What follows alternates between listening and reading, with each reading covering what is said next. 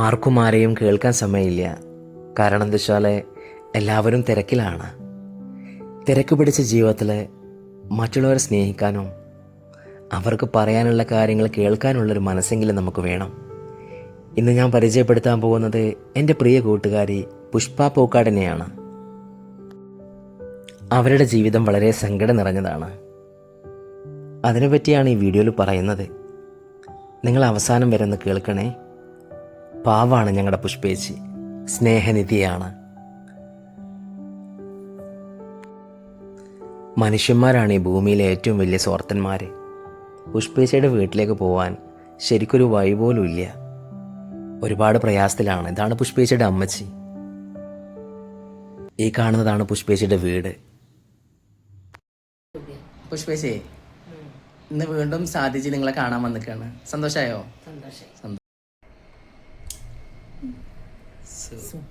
എവിടെങ്കിലും പോകുമ്പോ ഇടാലോ സാദിജിയുടെ ഓർമ്മക്ക്. എങ്ങനെ ഉണ്ട്? ഇഷ്ടായോ ഗിഫ്റ്റ്? സൂപ്പറാണ്. ഇഷ്ടായില്ലേ? മോളെ പേരെന്താ? വൈക. എത്രയാ പഠിക്കണേ? 10ലേക്കാണല്ലേ. ഇതാണ് നമ്മുടെ പുഷ്പേച്ചിയുടെ അമ്മ. അമ്മ നമസ്കാരമുണ്ട്. നല്ലത് മക്കളെ. സുഖല്ലേ? സുഖം തന്നെ. എനിക്കറിയേണ്ട എന്താ വെച്ചാല്, നമ്മുടെ പുഷ്പക്ക് ഇങ്ങനെ കാലിനും കൈയിനൊക്കെ ചെറിയൊരു വയ്യായിക ഉണ്ടല്ലോ, അത് പിന്നെ എങ്ങനെ വന്നാണെന്ന് പറയോ? കാരണം കുറെ ആളുകൾ ചിലപ്പോൾ ഇതേപോലെ സംഭവിക്കാൻ ചാൻസ് ഉണ്ട്. അപ്പൊ അവരോട് നമുക്ക് പറയാമല്ലോ ശ്രദ്ധിക്കാൻ വേണ്ടിട്ട്. എങ്ങനെ വന്നതാ? അതെന്ന് വെച്ചാല് ഒരു പനി വന്നതാ. ജോലിക്ക് പോവുകയാണ്. എത്ര വയസ്സിലാ? 19 വയസ്സില്. അതെന്താ സുഖ? വാദമായിരുന്നു അല്ലേ? പനി വന്നു 19 വയസ്സിൽ. 19 വയസ്സിൽ പനി വന്നു. ഓക്കെ. പനി വന്ന് നല്ല വരുമ്പോ തന്നെ പനിക്കുന്നൊന്നും പറഞ്ഞ് എത്തി കടന്നു കഴിഞ്ഞ് രാവിലെ എണീക്കാൻ പറ്റുന്നില്ല. എന്നൊക്കെ നല്ല പനിയായിരുന്നു.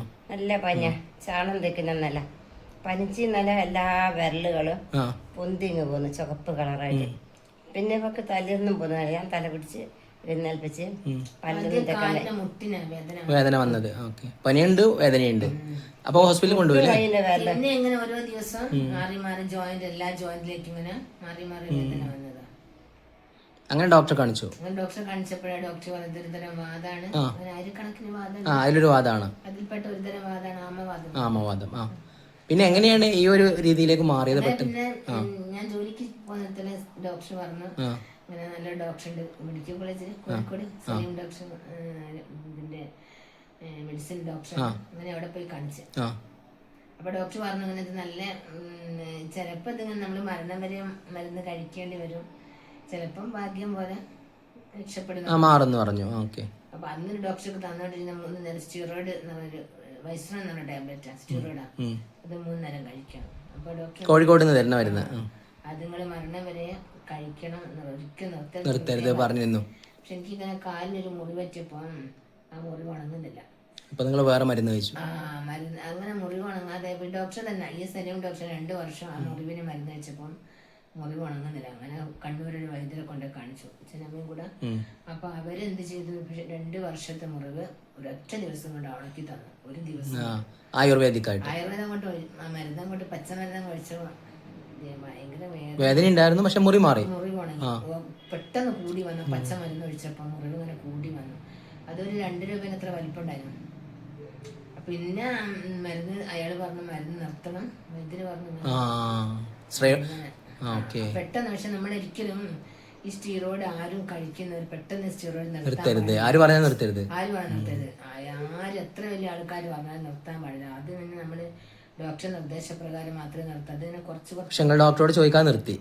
അങ്ങനെ പറ്റിപ്പോയതാ. അതിനുശേഷം കാലിനൊക്കെ രൂപം മാറി. കിടപ്പിലായി പോയി. അങ്ങനെ 6 വർഷം വരെ ഒരേ കിടപ്പിലായി പോയി. ഒരേ കിടപ്പ്, അനങ്ങാൻ പറ്റാത്ത അവസ്ഥ. അമ്മ ചരിച്ച് കിടത്തി. അപ്പോഴൊന്നും പിന്നെ കോഴിക്കോട് ഡോക്ടറെ പോയി കണ്ടില്ല? ഡോക്ടറെ പോയി വായിക്കുറഞ്ഞു. പോയപ്പോ ഡോക്ടർ ഞാൻ പരിശോധിക്കത്ത് പോയിക്കൊന്നാണ്. ദേഷ്യപ്പെട്ടു. അപ്പോഴത്തെ കാലൊക്കെ വൈകല്യം വന്നു, കൈകൾക്കൊക്കെ വൈകല്യം വന്നു. അപ്പൊ പുഷ്പേച്ചിക്ക് നിന്ന് മനസ്സിലാവുന്നത് എന്താ വെച്ചാൽ ഈ മരുന്ന് മെഡിസിൻ കഴിക്കുന്നവർ ആരും നിർത്താൻ പാടില്ല. നിർത്തരുത്. കഴിക്കുന്നവരാരാണോ അവർ നിർത്തരുത്. നിർത്തി കഴിഞ്ഞാൽ പല രീതിയിലാവും. പല പ്രശ്നങ്ങൾ പെട്ടെന്ന് നിർത്തിയ പ്രശ്നങ്ങൾ വരും. പക്ഷെ ആയുർവേദം കൊണ്ട് മുറിവണങ്ങി കിട്ടി, പക്ഷെ വേറെ രീതിയിൽ പ്രശ്നമായി. ആ ആയുർവേദ ഡോക്ടർ പറഞ്ഞു മരുന്ന് നിർത്തിക്കോന്ന് പറഞ്ഞു. അതാ പ്രശ്നം വന്നേ. 6 കൊല്ലം മരുന്ന് കഴിച്ചിട്ടില്ല. അങ്ങനെ കിടപ്പിൽ അനങ്ങാൻ പറ്റാത്ത അവസ്ഥയിലായി പോയത്. പിന്നെ അവിടുന്ന് ബെറ്ററായി വന്നതാണ്.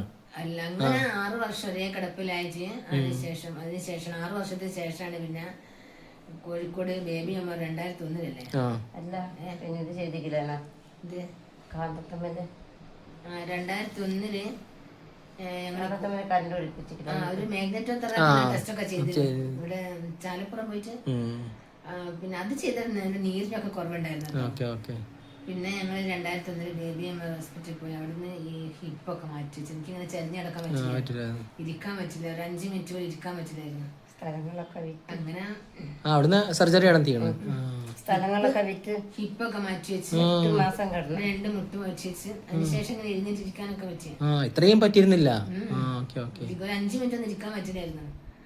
പക്ഷേ ഡോക്ടർ പറഞ്ഞു കേട്ടോ, മുട്ട് ചെയ്യാൻ പറ്റൂല, ഹിപ്പ് ചെയ്ത് വിജയിച്ചെന്നൊക്കെ പറഞ്ഞിട്ട് ഡോക്ടർ പത്രത്തിലൊക്കെ കൊടുത്തിട്ടുണ്ടായിരുന്നു. പക്ഷെ മുട്ട് ചെയ്യുമ്പോൾ ഡോക്ടർ പറഞ്ഞു ഇത് സക്സസ് ആവൂല, തുടരെ പേശി വീക്കാണെന്നൊക്കെ പറഞ്ഞിട്ടുണ്ട്. പക്ഷെ എന്റെ നിർബന്ധം ചെയ്താണല്ലേ ഒരു വിശ്വാസത്തിന്. പക്ഷെ അതുകൊണ്ട് എന്താ പറയാ, പിന്നെ ഞാൻ പുറത്തേക്ക് പോകാൻ തുടങ്ങിയത് ഇത് ചെയ്ത ശേഷം. പുറത്തെവിടെ ഞാൻ പിന്നെ പോയിരുന്നു, ഇപ്പൊ പോകും. പ്രത്യേകിച്ചൊക്കെ പോകും. പക്ഷെ അതാണ് അങ്ങനെ പറ്റിയതാണ്. എന്താണെങ്കിലും ദൈവം തമ്പുരാൻ പെട്ടെന്ന് മാറ്റി തരട്ടെ, എന്തേലും ഒരു വിധേനെ. ദൈവം വിചാരിച്ചല്ലേ നടക്കുമല്ലോ അല്ലേ, അങ്ങനെ കരുതാം നമുക്ക്. അല്ല എന്താ കരുതാ. അപ്പൊ അവള് പറയും അമ്മ എന്നെ എങ്ങനെ ചെയ്ത, അമ്മ എന്നെ എങ്ങനെ ചെയ്ത. ചില ദിവസം ഞാൻ വിചാരിക്കും എന്തിനാ ഇതുപോലെ ഞാൻ നിൽക്കുന്നു, എനിക്ക് ജീവിക്കണ്ട, ഇങ്ങനെയൊന്നും പോയ. അമ്മ ചെയ്തെന്ന് പറയാൻ കാരണം അമ്മ അവിടെ കൊണ്ടുപോയിട്ടാ ആയുർവേദത്തിന് കാണിച്ചതുകൊണ്ട്. അതൊന്നും പറയണ്ട, അതൊക്കെ ഒരു വിധിയായിരിക്കും.